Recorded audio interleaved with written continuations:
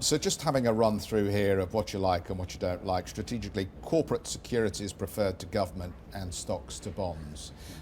We looked at the InBev offering here, well in excess of double what was being put on the table. You think corporate bonds remain attractive for a little while here then?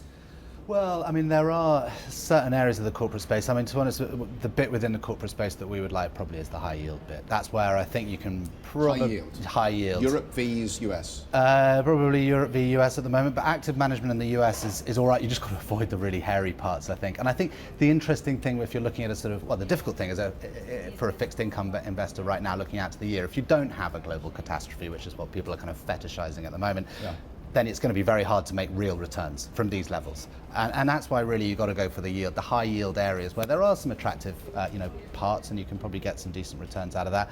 But elsewhere it feels like you're going to be working very hard to beat whatever inflation there is. Yeah, and Europe over US and emerging as far as equities are concerned?